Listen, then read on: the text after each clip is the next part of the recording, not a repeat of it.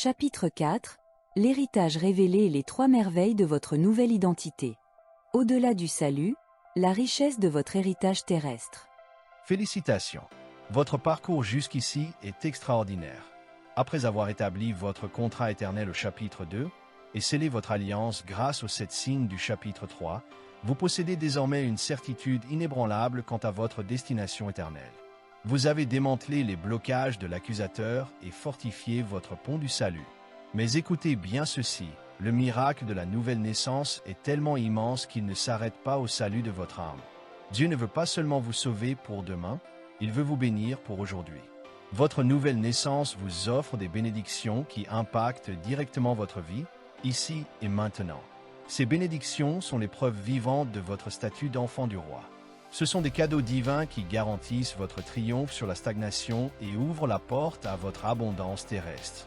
Dans ce chapitre final, nous allons explorer ensemble les 3 merveilles de votre nouvelle identité qui matérialisent les bénédictions de Dieu sur terre.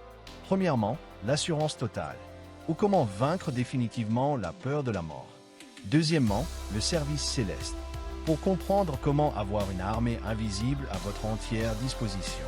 Et troisièmement, l'autorité parfaite, pour triompher de toute limite terrestre, qu'il s'agisse de votre genre, de votre statut social ou de votre histoire passée. Préparez-vous à être émerveillé par la richesse de votre nouvelle vie en Christ. Votre héritage commence maintenant. Bénéfice numéro 1. Vaincre la peur de la mort, la sécurité éternelle. L'assurance qui transforme la crainte en joie. La peur de la mort est la plus grande prison de l'humanité. Mais la nouvelle naissance vous offre une assurance inébranlable qui transforme cette angoisse en une paix profonde. Elle vous garantit une demeure éternelle dans un endroit merveilleux.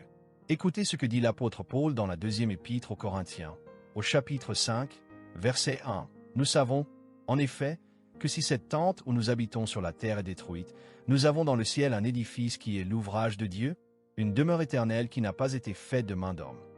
Grâce à cette promesse, vous n'avez plus à craindre la mort. Pour un chrétien, elle est même un gain. Car comme Paul le déclarait dans sa lettre aux Philippiens, au chapitre 1, verset 21, « Car Christ est ma vie, et la mort m'est un gain. » Votre seule préoccupation doit désormais être la mission que Dieu vous a confiée ici-bas. 2. L'espoir face au deuil, la sagesse de David. Dans le deuil, nous avons un avantage immense sur ceux qui n'ont aucune espérance. L'apôtre Paul nous encourage dans sa première lettre aux Thessaloniciens, au chapitre 4, verset 13, à ne pas nous affliger comme les autres qui n'ont point d'espoir. L'accusateur essaie souvent d'utiliser le deuil pour vous dévorer par une tristesse sans fin. Mais regardez l'attitude du roi David dans le 2e livre de Samuel, au chapitre 12, verset 23. Après la perte de son enfant, il a dit « Maintenant qu'il est mort, pourquoi jeûnerai-je? Puis-je le faire revenir? J'irai vers lui, mais il ne reviendra pas vers moi. » Comprenez ceci, pleurer sans fin un proche qui est mort en Christ, c'est pleurer notre propre perte, au lieu de se réjouir du repos éternel qu'il a gagné. 3. Le dernier choix, le purgatoire n'existe pas. Votre assurance doit être totale. La Bible ne mentionne jamais de purgatoire ou de lieu de seconde chance après la mort. L'histoire du riche et de Lazare, racontée par Jésus dans l'Évangile selon Luc, au chapitre 16, verset 26, est sans appel. Il y a entre nous et vous un grand abîme, afin que ceux qui voudraient passer d'ici vers vous, ou de là vers nous, ne puissent le faire. Le droit d'aller au paradis se gagne pendant votre vie sur terre par le choix de la nouvelle naissance. Il n'y a pas de cession de rattrapage. Cela renforce l'importance de votre contrat éternel. Votre choix aujourd'hui scelle votre éternité. 4. La préparation quotidienne, l'huile des vierges sages. Nous ne savons pas quand nous partirons, ni quand Jésus reviendra. Comme il est dit dans l'Évangile selon Matthieu, au chapitre 24, verset 36. Pour ce qui est du jour et de l'heure, personne ne le sait. Cette incertitude est une bénédiction, car elle nous oblige à rester éveillés. Souvenez-vous de la parabole des 10 vierges. Les 5 vierges sages avaient pris de l'huile en réserve pour leurs lampes. Cette huile symbolise l'Esprit Saint et votre état de préparation spirituelle. Bénéfice numéro 2, le service céleste, l'armée invisible à votre service. Maintenant que votre salut est sécurisé, l'alliance avec Dieu révèle un cadeau extraordinaire. Vous n'êtes plus seul dans vos batailles contre la stagnation. Par votre nouvelle naissance, Vous bénéficiez du service personnel d'une armée invisible. Écoutez cette révélation dans l'Épître aux Hébreux, chapitre 1, verset 14. Ne sont-ils pas tous des esprits au service de Dieu, envoyés pour exercer un ministère en faveur de ceux qui doivent hériter du salut? C'est là l'un de vos plus grands avantages. Les anges ne sont pas là pour être adorés, mais pour vous servir et vous aider à posséder votre héritage. Et qui sont les anges et quelle est leur puissance réelle? Pour comprendre cet avantage, imaginez leur nombre. Le prophète Daniel, au chapitre 7, verset 10, décrit une vision du trône de Dieu. 1000 milliers le servaient et 10 000 millions se tenaient en sa présence. C'est une armée infinie. Un seul de ces anges possède une force qui dépasse l'entendement. Dans le deuxième livre des rois, au chapitre 19, il est écrit qu'en une seule nuit, un seul ange a frappé 185 000 soldats qui menaçaient le peuple de Dieu. Voilà le niveau de puissance qui est envoyé pour ériger des boucliers autour de votre maison, de votre famille et de vos projets. De votre supériorité, le statut d'enfant du roi. Voici la vérité la plus importante. En Christ, vous êtes supérieur aux anges. Pourquoi? À cause de votre statut de fils et de fille.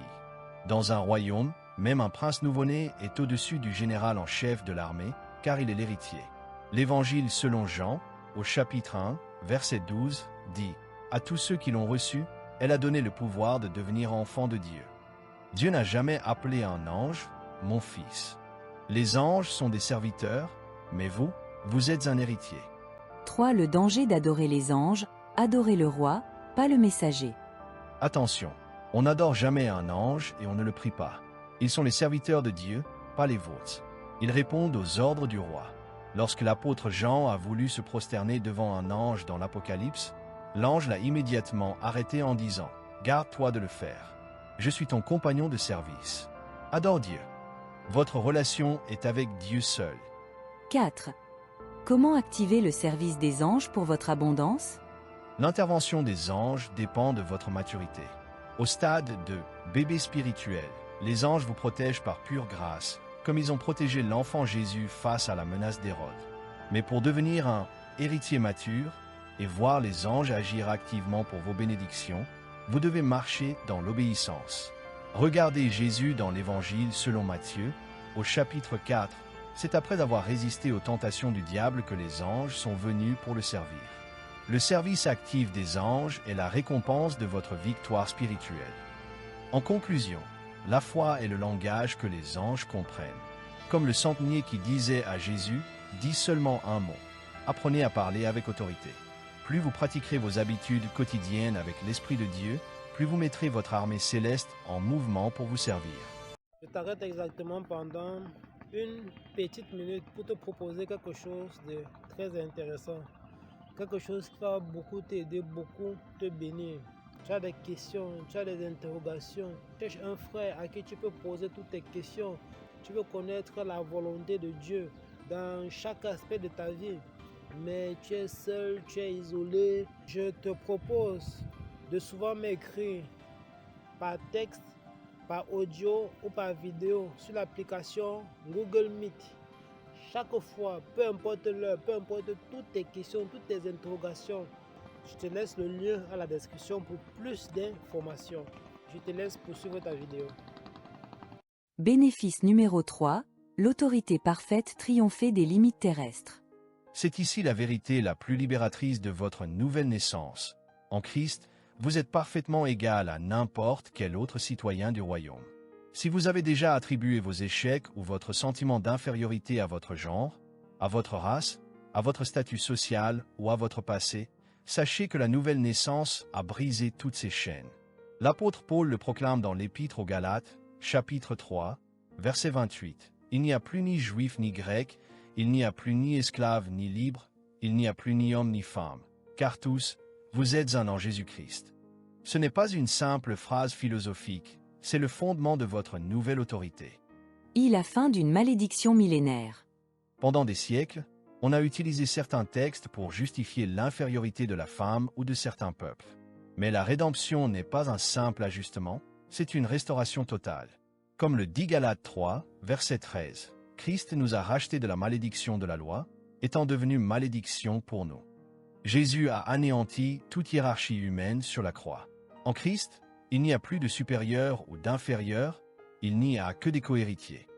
2. La preuve par les actes, les piliers de la nouvelle alliance. Jésus n'a pas seulement parlé d'égalité, il l'a démontré.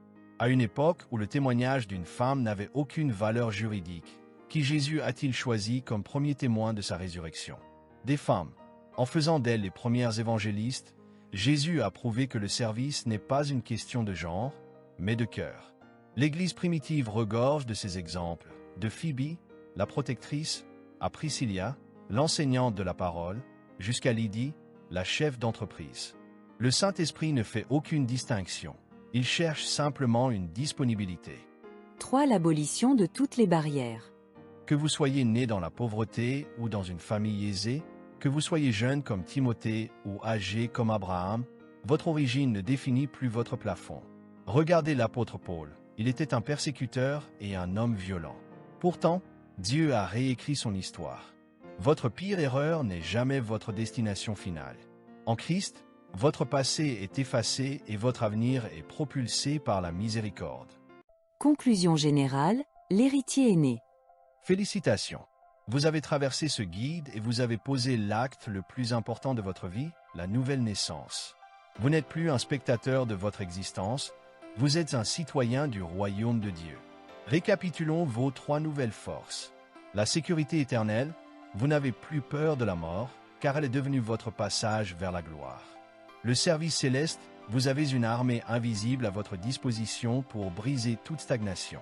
L'autorité parfaite, aucune barrière terrestre ne peut plus vous arrêter. Votre seule limite est votre zèle à cultiver la présence du Saint-Esprit. Vous détenez maintenant la clé de votre contrat éternel. Mais attention, une clé dans la poche n'ouvre aucune porte. La puissance de ce guide réside dans son application quotidienne. Intégrez dès maintenant vos nouvelles habitudes dans l'application Abinao. Ne laissez pas l'oubli vous ramener à votre ancienne vie. Appel final, soutien et don. Ce travail que vous venez de découvrir a demandé des mois de recherche, d'écriture et de prière pour vous offrir le meilleur de la révélation divine. Si ce guide a transformé votre vision et vous a redonné espoir, je vous invite à soutenir ce ministère. Votre don, quel qu'en soit le montant, me donne la force de continuer le travail que Dieu m'a confié et de produire les prochains guides pour votre croissance. Vous trouverez le lien pour me soutenir en description. Merci d'être un partenaire de la propagation de cette lumière. Marchez désormais dans l'assurance totale de votre identité. Le monde attend de voir l'héritier que vous êtes devenu. Que la paix de Dieu soit avec vous.